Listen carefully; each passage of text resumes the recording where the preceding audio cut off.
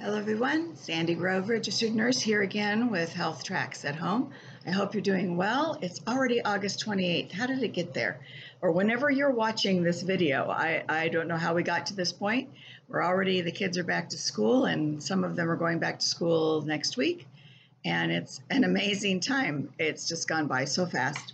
So today I'm going to answer some questions that have been asked me and review some tips from the CDC. We're going to talk about social distancing, necessary or not. We're going to talk about how do they actually calculate the death toll numbers for COVID. I know that's an uncomfortable thing, but people want to know how they're actually coming to the numbers and how they fill out the death certificate. And then I'm going to talk a little bit about seasonal flu because it's here in a month. So next week and the week after, we'll talk more in depth about the flu, but I wanted to just touch base about a couple of things today. So as always, I attempt to get all of my information that I'm giving to you from reliable sources, the CDC, the WHO, Johns Hopkins, Stanford University, San Francisco University, and our local medical providers so that I give you what everybody is in agreement about and so that you can feel secure that the information is truth. I hope, but as we know, things that were true yesterday may not be things that are true today. So if you have any questions about what I've talked about, please go to your primary care physician and ask questions of them. And they're your best guide. So question number one, is social distancing necessary? We've discussed this and discussed this and discussed this over the last how many months? There have been pros and cons. I've talked about masks last week, for the last 2 weeks actually talking about facial coverings and the importance of them. And I cited the Arizona study that said that the combination of both mask and social distancing of at least 6 feet, preferably 8 feet, gives the most protection for what's coming out of you and to protect what's coming out of them to you. So to protect both ways, we need both things. So one of the things that the CDC has talked about this week is how far is 6 feet? And I think it's about time that they actually brought that up. So I kind of laughed at that. So 6 feet distance is the size of an average adult bike, if you ride bikes, a picnic table, a couch, outstretched arms of a grown man, or 2 medium-sized dogs in between you. So I would recommend, the grocery cart in the store is not necessarily 6 feet. If you measure it, it's not 6 feet. So you want to make sure that you have some room in front of you. And they have left definitely more than 6 feet in between the X's in the grocery store. So please follow that. That's going to give you your best guidance. But it is at least a grocery cart plus. So those are a couple of things that will help you to kind of mentally measure how far away you are from someone. And remember, like I said, without a mask, droplets can travel as far as 8 feet, according to the most recent study in Arizona.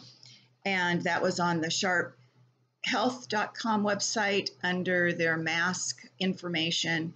And they talk about a recent study regarding the types of masks and how far the droplets went with each type of mask, which I thought was very interesting. Went anywhere from 1 inch to 8 inches with the different types of masks that we use, but still we know that a mask is containing the droplets inside the mask, so that's why they're so important. And then know before you go. We talked about this a lot. Be prepared before you go out in public. We are still required and asked to stay home except for essential needs. So when you go out, be prepared. Know what you're going to be facing, know what you're going to be doing. Prepare for transportation. If you use public transport, make sure that you social distance there and use a mask if you get into a cab with someone else. Limit your contact when you're running errands. If possible, use the drive-through, use delivery, use curbside pickup as much as possible. Keep distance at events and gatherings like church. We can now meet outside for church. We want to make sure that you're keeping that distance, especially if you're singing, because the singing goes farther. Protect the people around you and protect yourself. And then remember to stay distance while you're exercising. We talked a little bit about how the sidewalks are narrow. So make sure you give a wide berth, leave the sidewalk, come back to make sure everybody is getting enough room. Also, social distancing is very important. We talked about quarantining and keeping ourselves from people that are sick, sequestering someone that's in our home that might be sick to make sure that you're not transmitting the disease between family members. And also, that's the reason why commingling is so important, not to commingle. Excuse me, allergy season. And so the next question, which is a difficult one to talk about, but I'm finally going to talk about it, is, are the deaths being attributed to COVID-19 when there are other underlying conditions? Is this really a number that is appropriate, and are the right numbers being given? Excuse me again. So I'm just going to talk about the sequence of how you fill out a death certificate. And you can go online. The county, San Diego County, or any county that you're in, has got how to fill out a death certificate. It's right there. That's all you have to type in, and it'll tell you and show you all the forms. It's the same everywhere. So this is consistent around the United States, around the world. This is how death certificates are filled out. You need to understand first that there are 3 areas that get filled out on the death certificate. So the first one is immediate cause of death. That's the final disease or the injury that caused the death. The second one is intermediate cause of death. There's a disease or condition that preceded and caused the immediate cause of death. Then there is the third one, the underlying cause of death, a disease or condition that was present before. So somebody who lives with heart failure, etc., would be under this, leading to the intermediate and the immediate causes of death. So there's 3 levels, 3 areas for them to list diagnoses. And so here's a scenario of how this happens. Someone enters the hospital with signs of COVID-19 and tests positive. Respiratory failure, renal failure, heart failure are a result of the strain of the body from the virus, and unfortunately the person passes away. And we feel very bad about all the people that have died from this virus. So if the patient was positive for COVID-19, it is attributed to an underlying cause. So it is on the death certificate. It'll be on every single death certificate, and that is where they get their numbers. If the person had no underlying conditions prior to COVID, then their primary cause of death would be COVID-19 on the death certificate. So I hope that that helps you understand that a little bit more. They can't really fake it. They can't really put something different on there. They can't really put COVID-19 at the top unless it is the final thing that has caused the death. And usually that is not the thing. It's usually the other things I mentioned, the respiratory failure, the kidney failure, the heart failure that have happened due to COVID-19. So, but it is there, and that's how they get our numbers. So let's go to something a little bit different. Seasonal flu vaccine. Recommendations from the cdc.gov regarding vaccines. That's where you can go, cdc.gov, and you'll get lost there for hours reading all the stuff that they've got. So when should you get the seasonal flu shot? As soon as possible or later in the season, like we have been taught in California. Other states it's different.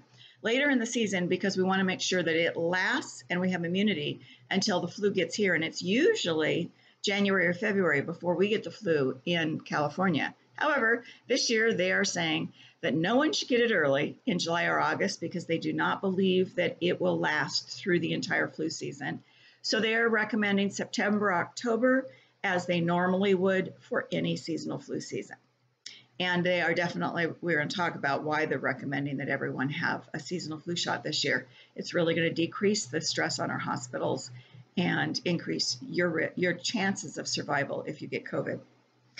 And then, can the flu vaccine cause the flu? I always go over this one. No, it can't. And the reason why I'm bringing this up is my granddaughter, she's going to be famous now, said, I'm never going to have a flu shot again. I got the flu from the flu shot. Understand that the vaccines are dead, except for the nasal vaccine that's given to younger people, and that it cannot cause the flu. However, it does take 2 weeks for immunity. And I think I've instructed all of you on this before, that you could have gotten the flu from someone prior to the flu shot. You're going to still get the flu because your immunity has not built up in your body to fight the flu. The other thing that can cause you to have problems with the flu vaccine is an allergy to eggs and an allergy to preservatives. They're finding it used to just be the Thermosol preservative, but however, anyone that is allergic to preservatives of any kind has a risk to have a reaction to the preservative that's in the flu vaccine. So there is a vaccine that is not grown in eggs and does not have a preservative. So everyone now can take a flu vaccine safely. However, if you've had a vaccine reaction of any kind in the past, our doctors recommend you have that injection done in the doctor's office. And then going right into the next one, will there be changes on how and where flu vaccines are given this fall and winter? Absolutely. 2 pages worth of guidelines from the CDC for every hospital, flu clinic, pharmacy, any place, minute clinic, any place that's going to be offering the flu vaccines. All of the precautions that we have gone into effect for COVID-19 will apply and more to flu vaccine clinics because you will be standing in line. More than likely, your hospital entity will do appointments, and you will only get to come in for appointments for the flu vaccine. If there is standing in line, there is a lot of rules about standing in line. You can't be in the same room with all the other people. You have to be sequestered. You still have to do the 6 feet distance. So there has to be enough room for people to line up outside.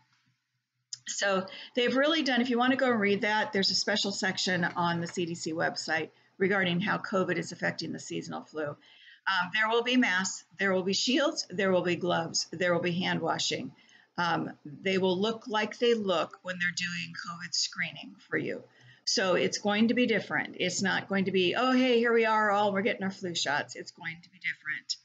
And some of the hospital systems, as I know, for doctor's appointments are having you sit in your car. They're calling you or texting you when it's time for your appointment. And they may utilize that for flu vaccines. So though only 1 or 2 people are going in to the area where the flu vaccines are being administered. So just be prepared, find out what your hospital system is doing, find out what your pharmacy is doing if that's where you normally go and get your vaccines. And be prepared before you go out there to have it done, but be prepared for different. I've done flu vaccine clinics and I got all the stuff in the mail about how it's going to be different. I thought, oh my gosh, I'm glad I'm not doing it this year. It's a lot more work for the people that are giving the vaccines than usual, but you will be safe. So we wanted to make sure that as many as possible get the seasonal flu vaccine this year. They're hoping for 65% of the population because we know some cannot get it because of allergies, et cetera, that put them at risk. But they do, like I said, recommend everyone from age 6 months to 100 and whatever to have a flu shot this year. Please do that to protect yourself and to protect the community. Our hospitals do not want to be overloaded by the viruses that are coming our way very shortly. So I hope this has been helpful. Over the next 2 weeks, we're going to talk in depth about the seasonal flu vaccines. I get a lot of questions about which one are we getting this year? Is it going to work? Where did it come from? What do I need to know? What are the side effects? Are there any side effects? What are the new vaccines? And guess what? There's a whole bunch of new ones this year.